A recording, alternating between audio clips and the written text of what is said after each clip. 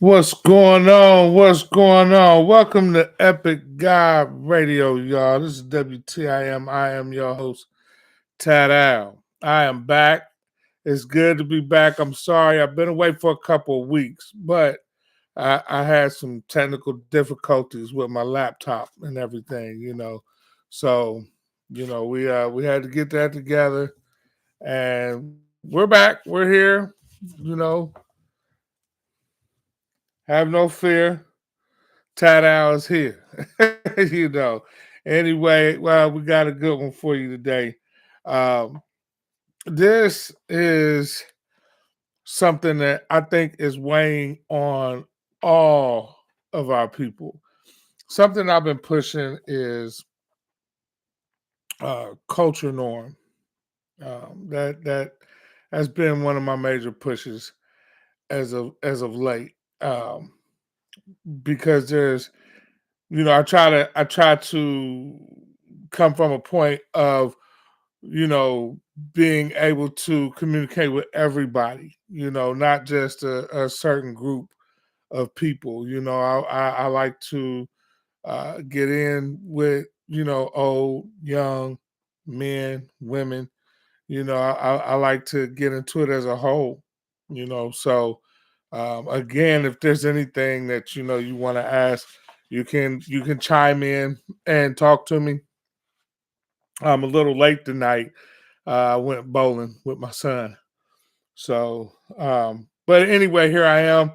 Today's topic is power struggles. Is it fate or is it destiny?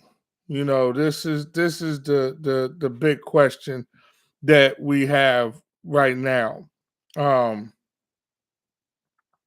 as I spoke before about like the curse on our race and things like that. This kind of plays a little bit into it, but it's still kind of separate from it.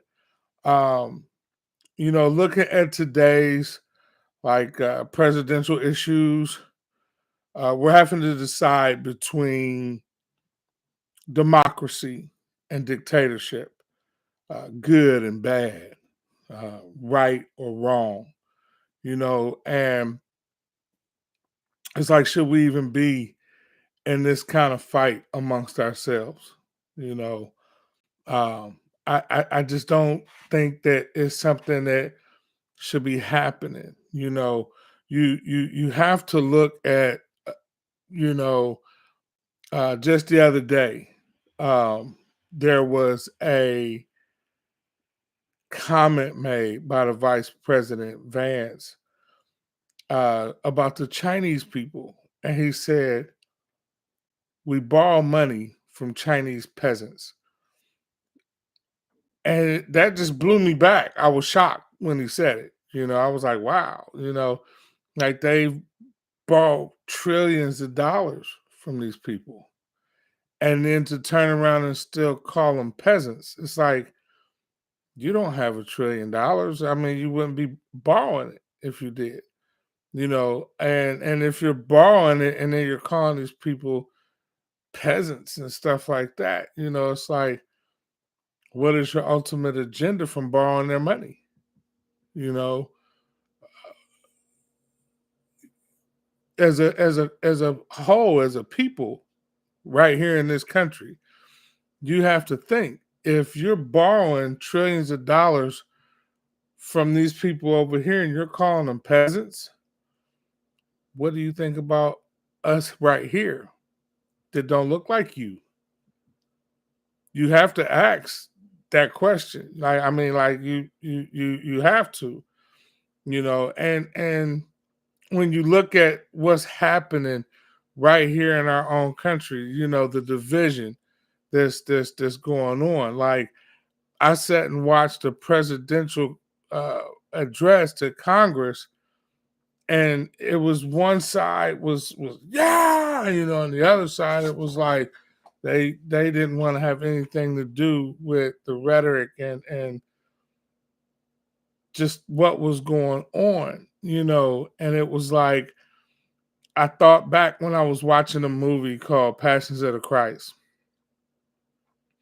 And there was so many people wrongfully going against this one man. And they were same way. Yeah, and they were beating and spitting on him and everything. And I watched the one guy who was trying to stand up and, for what he believed was right. And it was like the way that they all acted in there, it didn't matter what he had to say, what he thought, what he felt. And this was one of the Congress people from the other side, and that was pretty deep, man, because it at the end of the day, and then the way the guy, he was so happy to tell the security, it's time for you to take back control of the security or something. It was crazy, man, to watch that, and I'm looking at how they not just how they did with the Chinese people, how they've acted towards my culture, throughout history. And then first I have to say that my problem is really beginning to come with my own people. Um and the reason for that is, um we're not saying that we're not doing anything about the stuff that's happening. And when you find yourself in handcuffs and you find yourself being beat with whips and things like that, it's because you did nothing.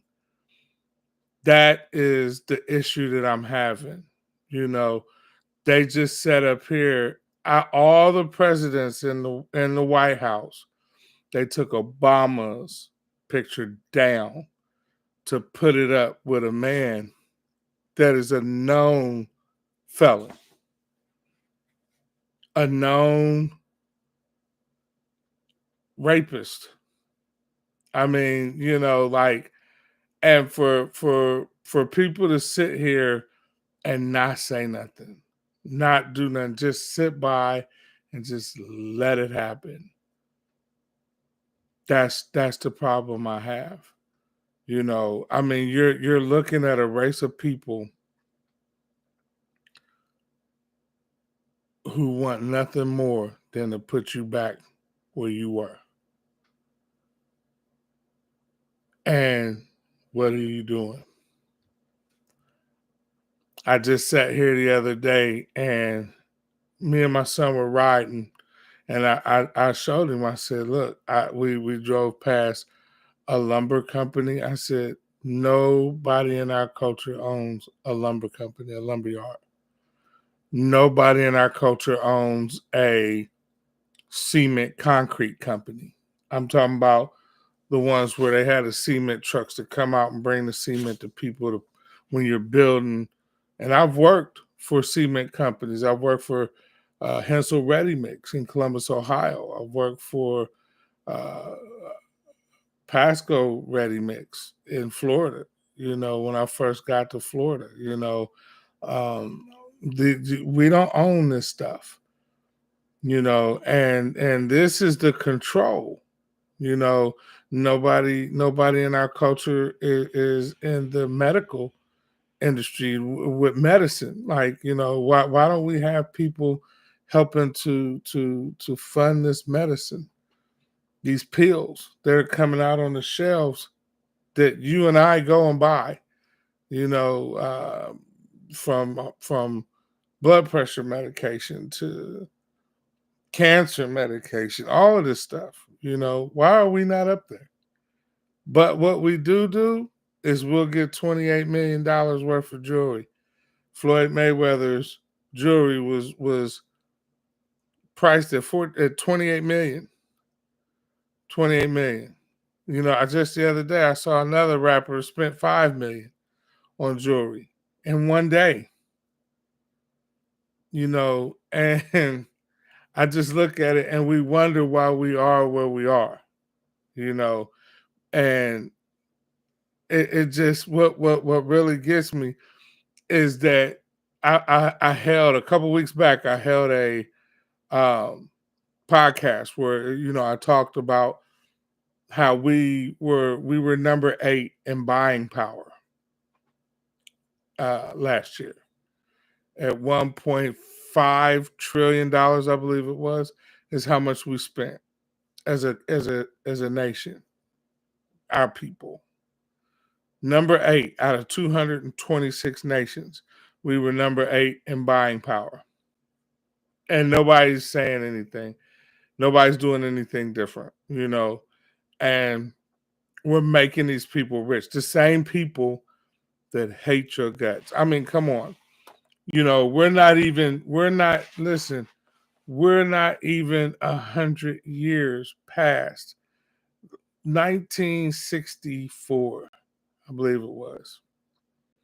So about 60 years ago, 61 years ago, roughly, there's people that's 65 years old. My dad is 85.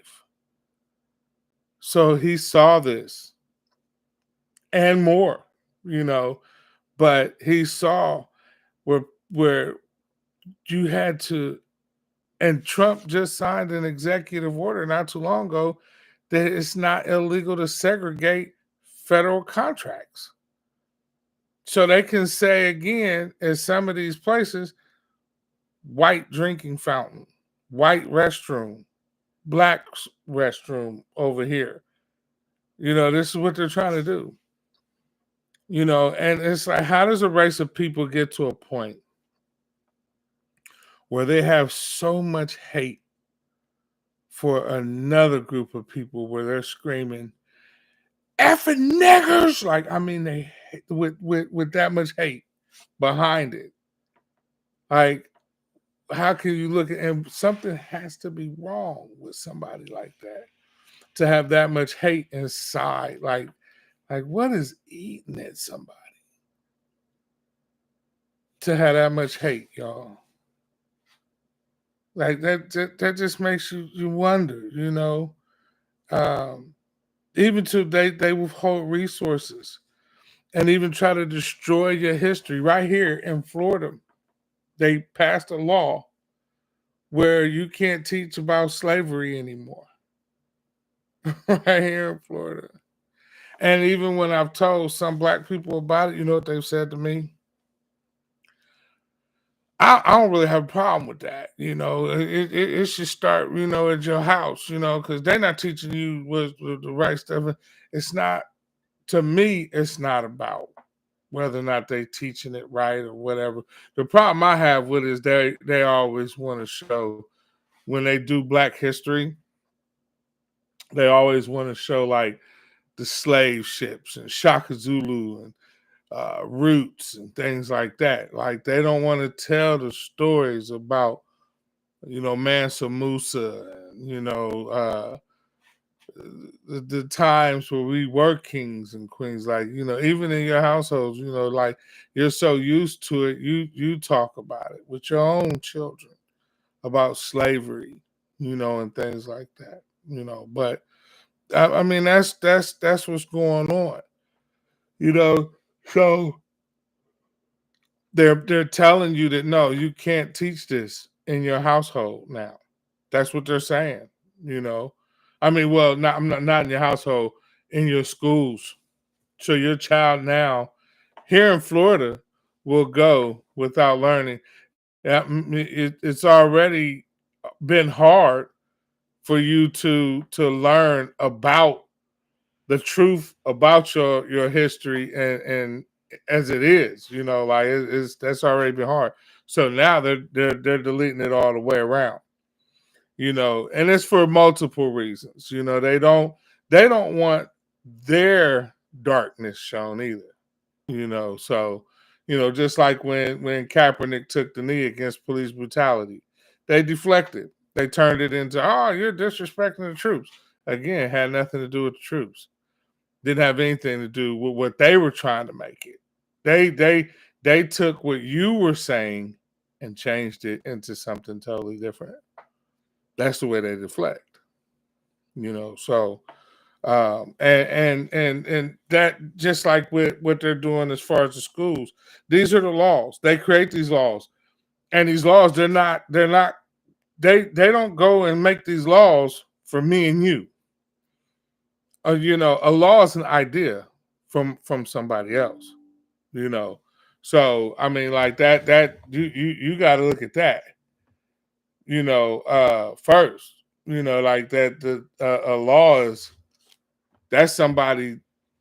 Hey, look, I think this is what should be happening. I think that's what should be happening.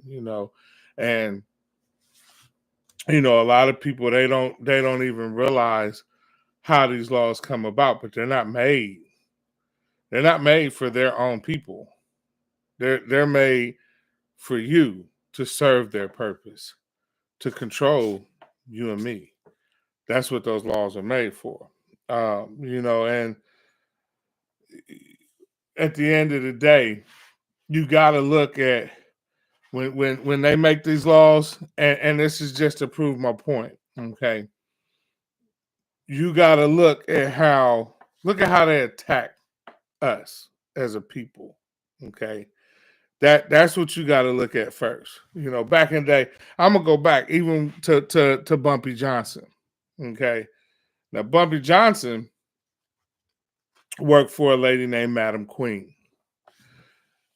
Back in those days, when we look at the lottery today, the lottery was stolen from the people. It was controlled by the people.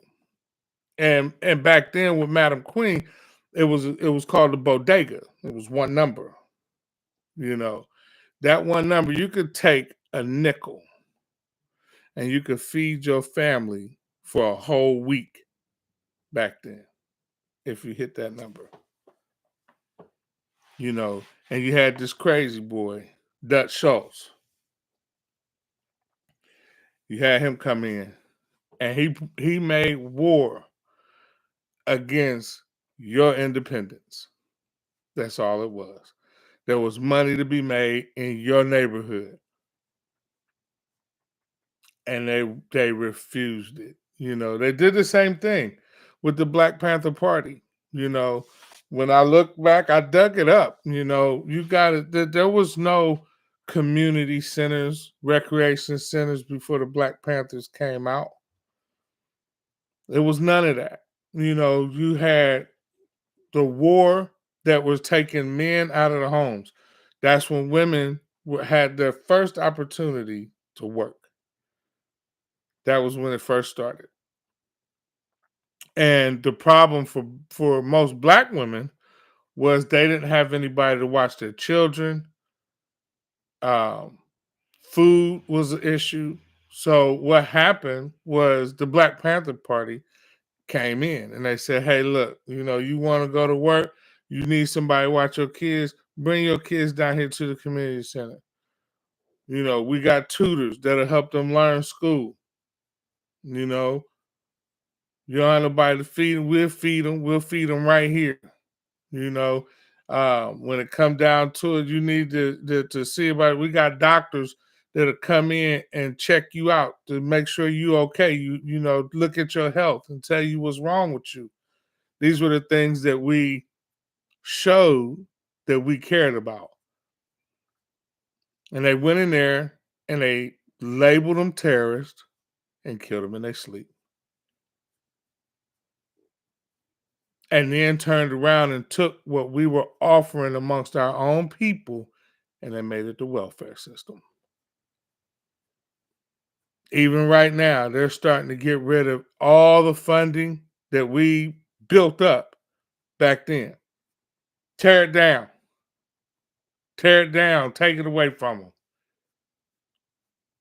The same thing that helped your grandparents, your mama and your daddy. Oh, well, no, let me take that back, because the daddy, that was their way of keeping track of him. Trust you me, I know.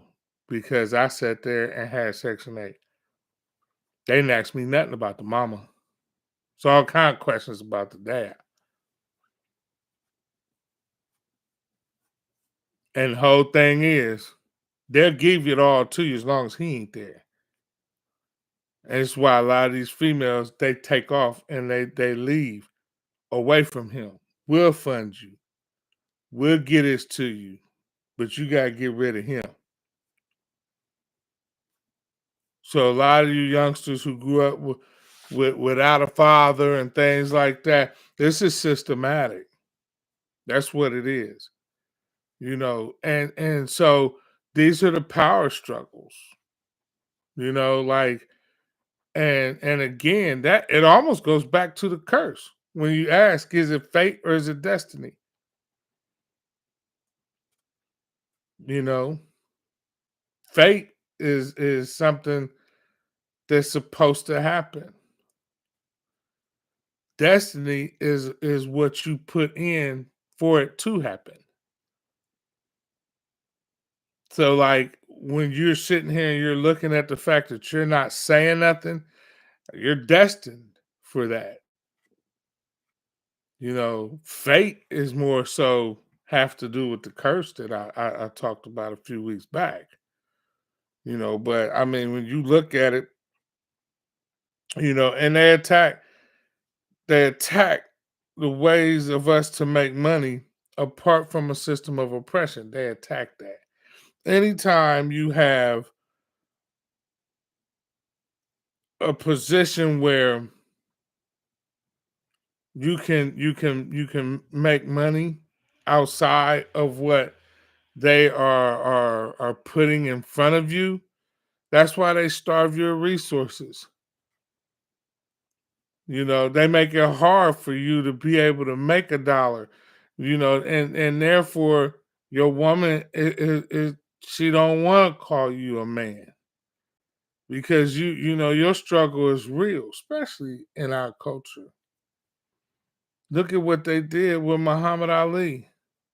You can't sit here and tell me this one man, what you thought he was, Samson, Gideon, and the 300. No one man, not him, all by himself was gonna make a difference in that war. What that came down to is you gonna do what we tell you to do. That's what that came down to. And when you say, "Look, you got to go to war," what? Why I gotta go to war? I don't want to go to nobody's war. You got to. What difference is it gonna make for little old me right here, right now? What difference is it if you had a draft right now? What difference is it gonna be for me to go to war and these other 20,000 men? You just it's not gonna make a difference. My one little body being with these 20,000, that's not gonna make a difference. What you're telling me is you want me to put my life on the line, whether I'll live or die. You going over here, put your life on the line, because I said you are. No, and because you not okay, then since you ain't going, this what we gonna do to you. You ain't gonna make no money. We gonna take what you like to do. If you like to box, you can't box. You like to run track, you can't run track. You like to play basketball, you can't play basketball. We gonna take your livelihood. Is that greed? I mean, what do you call that? This is where we at, y'all. This is where we at. These are the people you dealing with. And it's happening again. It's happening again. I can't, even with the deportations, I can't really speak too much on that. Um I'm I've got friends that are Latinos or Mexicans. And I mean, I have friends of different cultures. I've got some white friends. You know, I just, that's I'm not against human beings. I'm for human beings. I'm for life. That's what I'm for. But most importantly, I'm for God. So you got to ask yourself, what would He want you to do? I think that's the biggest thing. I think our people need to start funding our own people, funding us. Stop buying. If a restaurant, we need grocery stores. We need schools. We need people. The greatest thing you can give is time. That's the greatest thing you can give. Stop looking for, if there's some way we can teach one another how to make some money, how to farm, you can help somebody along with their legal studies to become an attorney, set up mock courtrooms, there's so much we can do for one another. If you can spend $10 million in one day on some jewelry, you trying to tell me you can't spend $20,000 to help somebody learn something?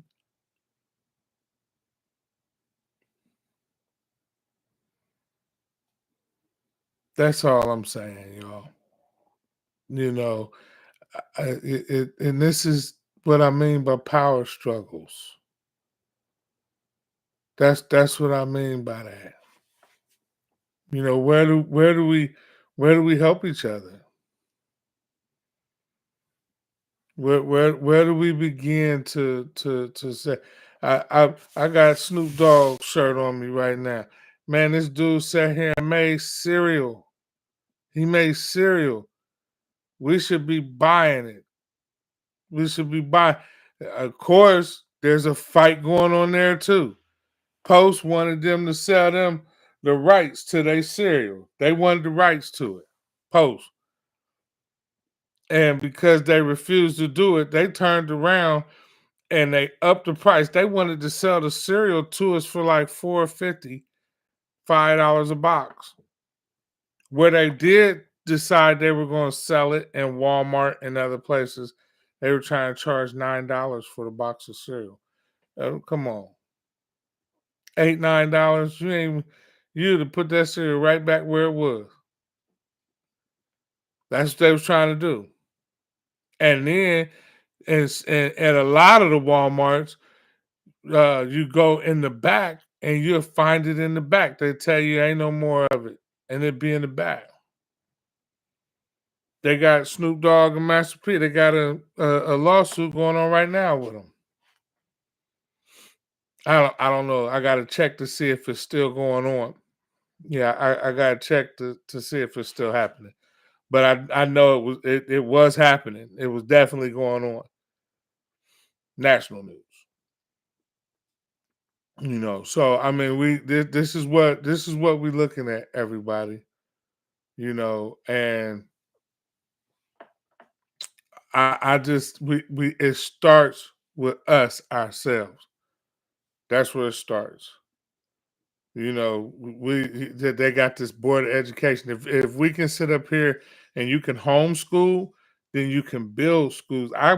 When I was younger, I went to a school called Sunshine Christian Academy, one of the best schools I could have ever belonged to. Deborah Jackson. I had Miss Harding as a teacher. I had Miss Johnson as a teacher, and I loved that school to this day. It was real. It was a good school. And not only that, when you went there with the people had the same values that you came from home with. It wasn't, these is different folks. You probably had some different upbringings and things like that, but for the most part, almost everybody that went to that school it was of the same thought process as your household. And that's where a lot of us, we break off, because you sit here and you come up a certain way for the first 4 or 5 years of your life, then you turn around and they throw you off in these schools where you got people from all different walks of life, all different thought processes, all different belief systems, and you mix them all together. And then you turn around and your child come home talking about some you like, what? Wait a minute, where did that come from?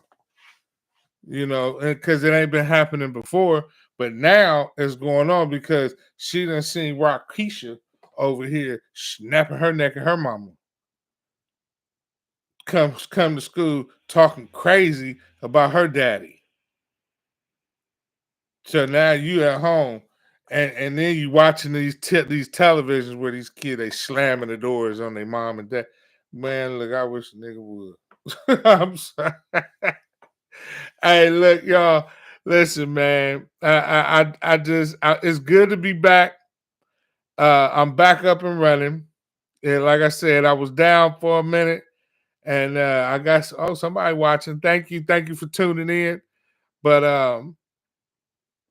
I'm back. We're back rolling. The podcast is back up. I got everything fixed.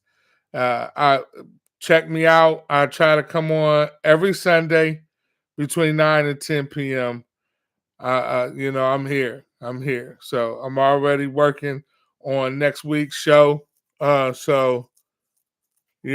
be here. Holla at your boy. I love y'all. Thank you for tuning in. I'm your host, Tad Al. Thank you for coming and tuning in to Epic Guy Radio. Love you. Wow.